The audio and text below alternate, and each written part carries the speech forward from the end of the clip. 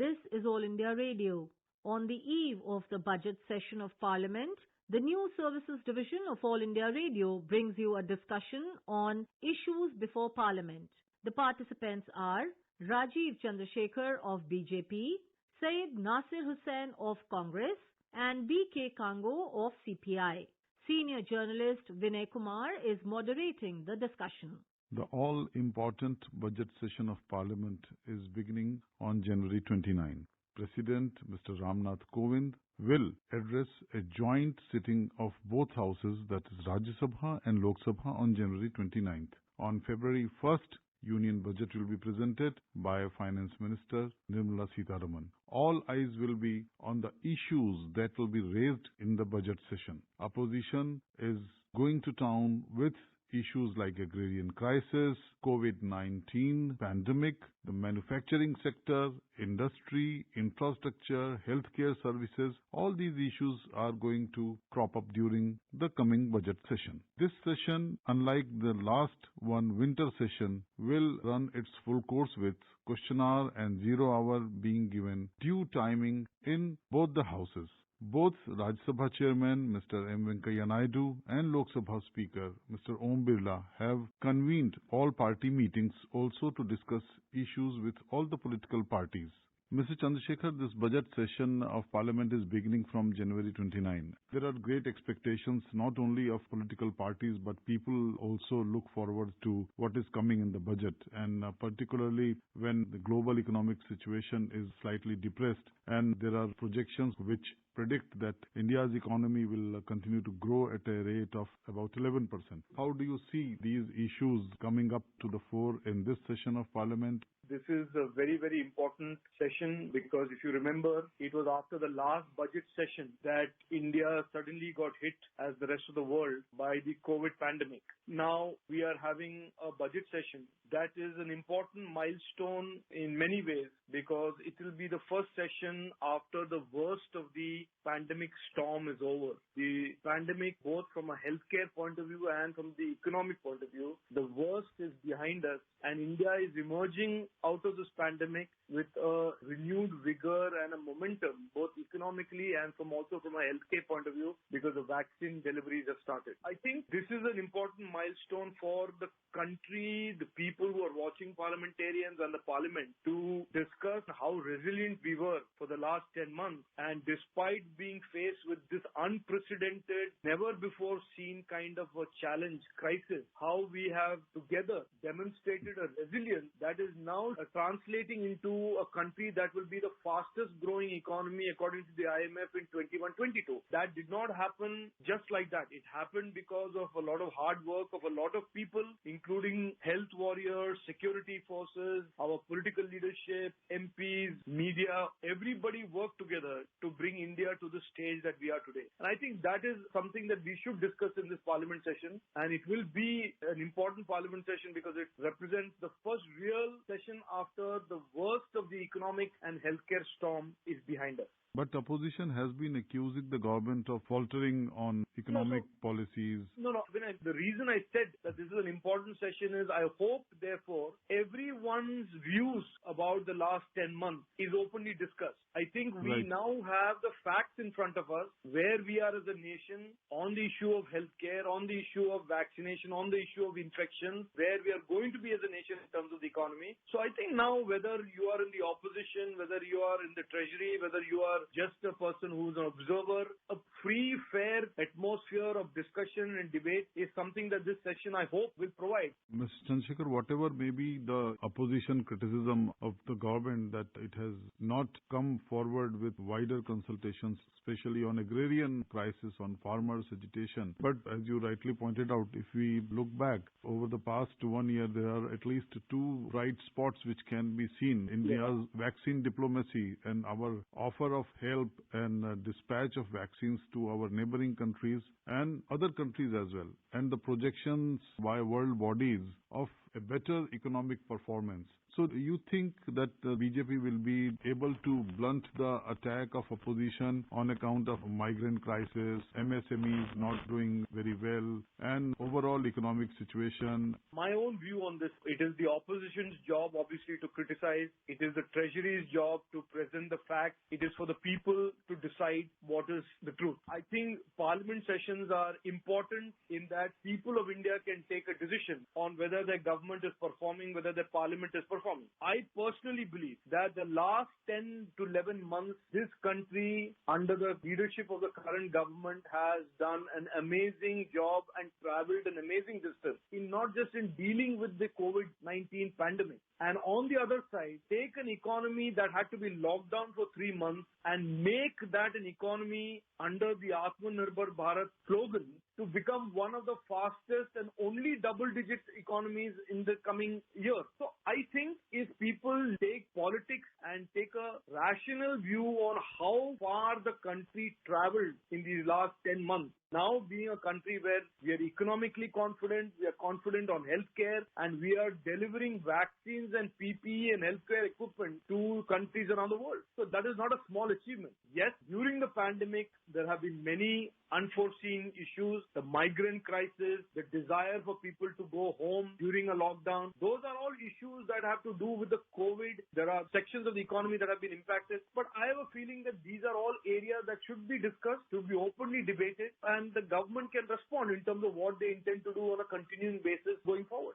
Naturally, when budget is presented on February 1st, there will be a lot of expectations of people from the budget, and there will be demands by opposition also. Do you think that this budget may see increased allocation, at least on 3 accounts, allocation of funds to agrarian sector, number 1, to healthcare, and number 3, defense?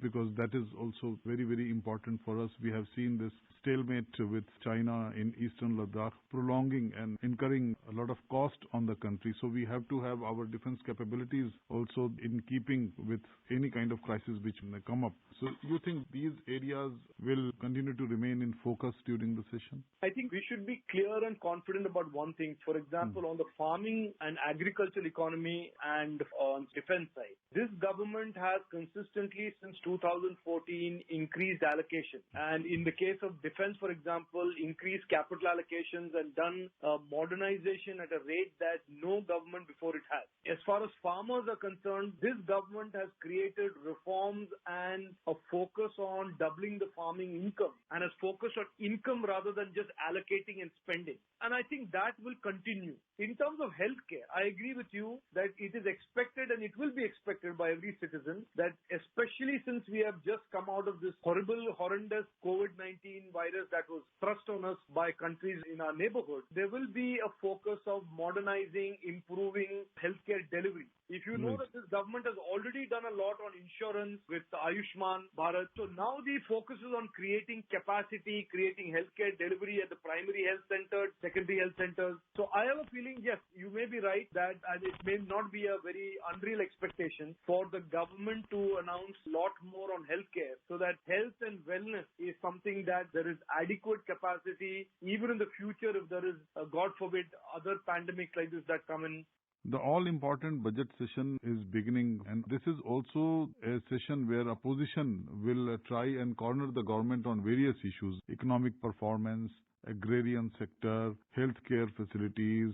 So, Nasir Saab, what do you think will be the opposition's strategy to corner the government on these issues? You should remember that the last session ended with the opposition of the opposition parties on the reform laws that were passed unconstitutionally by the Rajya Sabha. One big issue there, 8 MPs from the parliament were suspended and then they went on Sadhana Dharna. That is the reason why the government adjourned the entire parliament session Senate. After that, the issue was picked up by the entire country. The farmers across the country are agitating and protesting on this issue. We saw some violence in Delhi during the Republic Day, because of which now the government is under pressure to see that this issue is tackled before the parliament stands. We want to raise this issue in the parliament on 29th as our new budget session. It is very important to understand here that the farmers across the country, who constitute more than 60% of Indian population, are agitating. So this will be a huge issue which the opposition will be taking up, especially the Congress party. Apart from this, there are other issues like the Galwan crisis. We have seen that the Chinese troops have entered some of our areas on the border, especially on the Galwan area, there will be questions on that.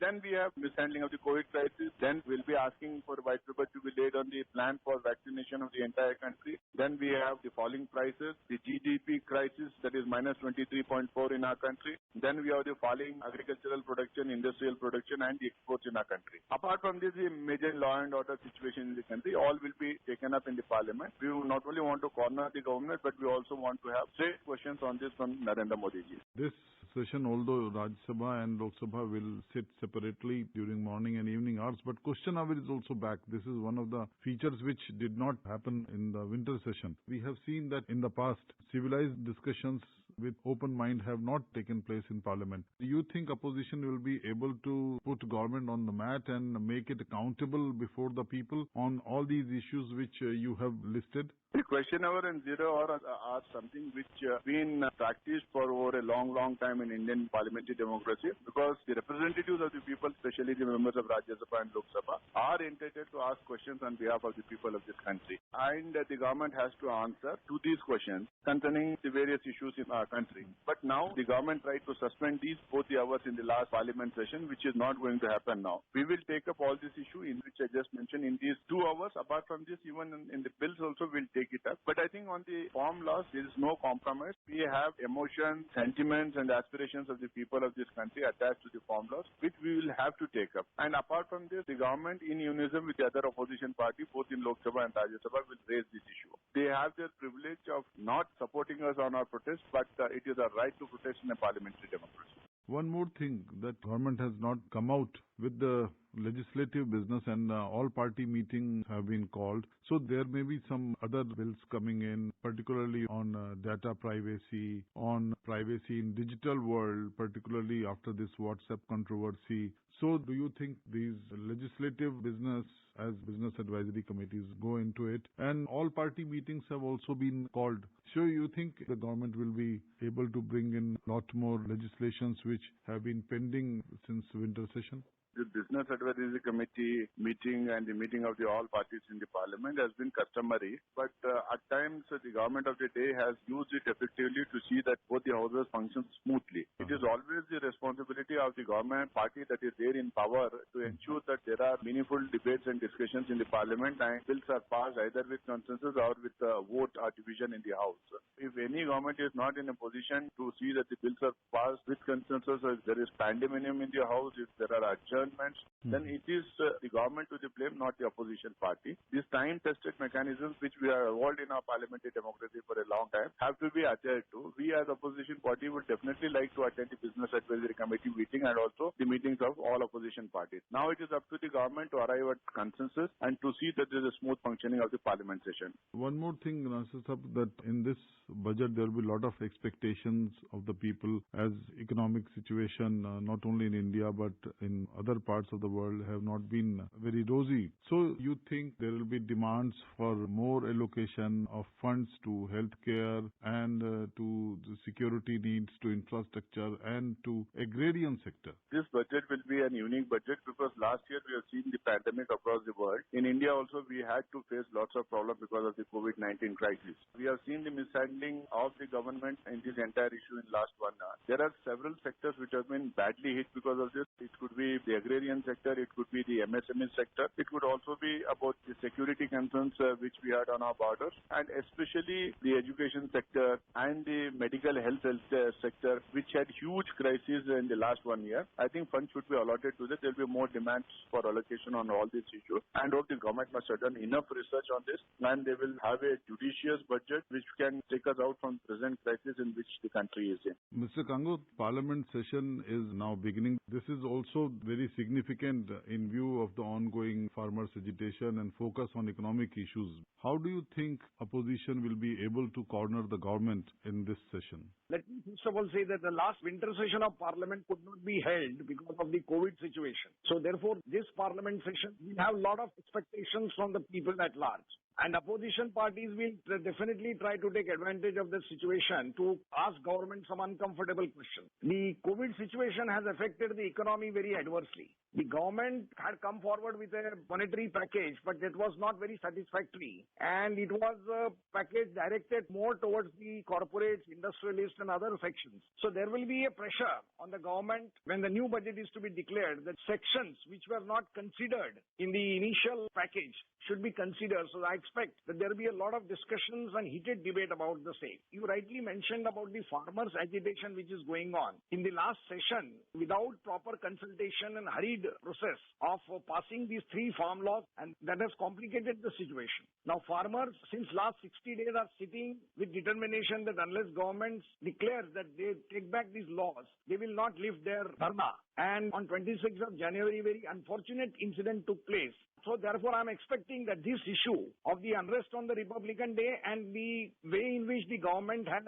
rolled the 3 farm laws and the farmers' demand to roll back these farm laws will be a very important issue on which the opposition will have a concentrated attack on the government. There are other issues also before the parliament. One of the most important issues that is likely to come up is the present standoff with the Chinese army on the line of actual control. There are reports of incursions and government is not very clear about it. Another area is the situation in West Bengal as the elections are approaching.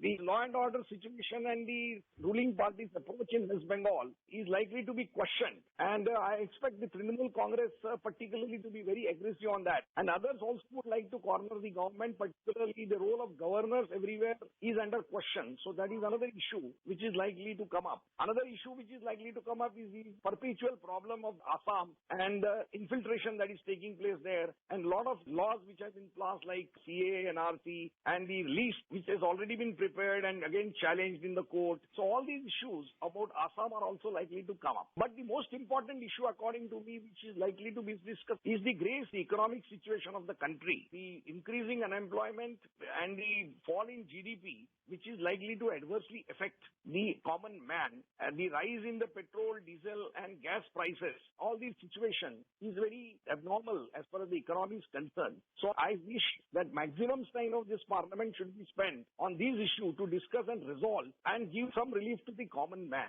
In the last session, there was no question hour. So this time, heated discussion is expected during that question hour.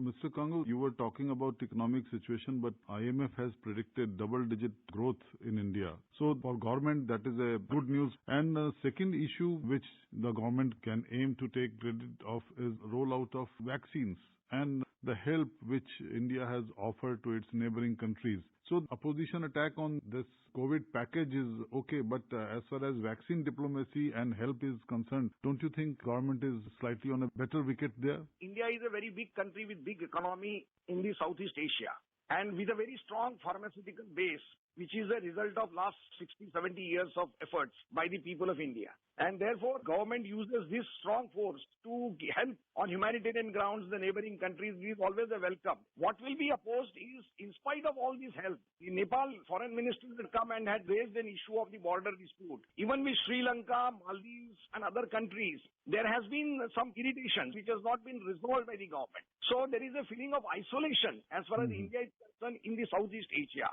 So on one side, there is definitely a positive thing about the vaccine diplomacy, but on the other side, there are signs of failure. So I think government will be cornered by opposition on these issues also. And on economic situation, let us see what the Indian industrialists have to say about it. I am basically a trade unionist. I negotiate a number of the factories in India and a lot of management associations who predict a very crisis-like situation in Indian economy. And in all sections, whether it is a tourism, whether it is hotel industry, whether it is the increasing NPAs of the bank and precarious situation of the banking industry, generally there is a complaint that there is no demand for productive activities. So all this ground situation tells us that economic situation is really difficult. For IMF to predict this rise, it is a very skewed rise. One or two areas may improve, but overall economy is likely to be a depressed thing. Whether government is to be blamed or COVID situation is to be blamed is a different question. But efforts of the government to take emergency measures in a crisis like COVID have certainly fallen short of the expectation, is what the opposition will try to bring out. Thank you, Mr. Congo. Thank you, Mr. Nasir Hussain. And thanks to Mr. Rajiv Chandrasekhar for participating in the discussion. Thank you very much. You were listening to a discussion on issues before Parliament. The participants were Rajiv Chandrasekhar of BJP, Syed Nasir Hussain of Congress, and B.K. Kango of CPI.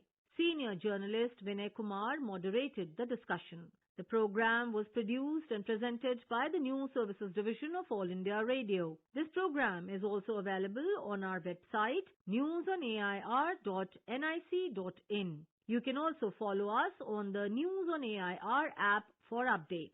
You may email your opinion about this program at airnsdtalks@gmail.com.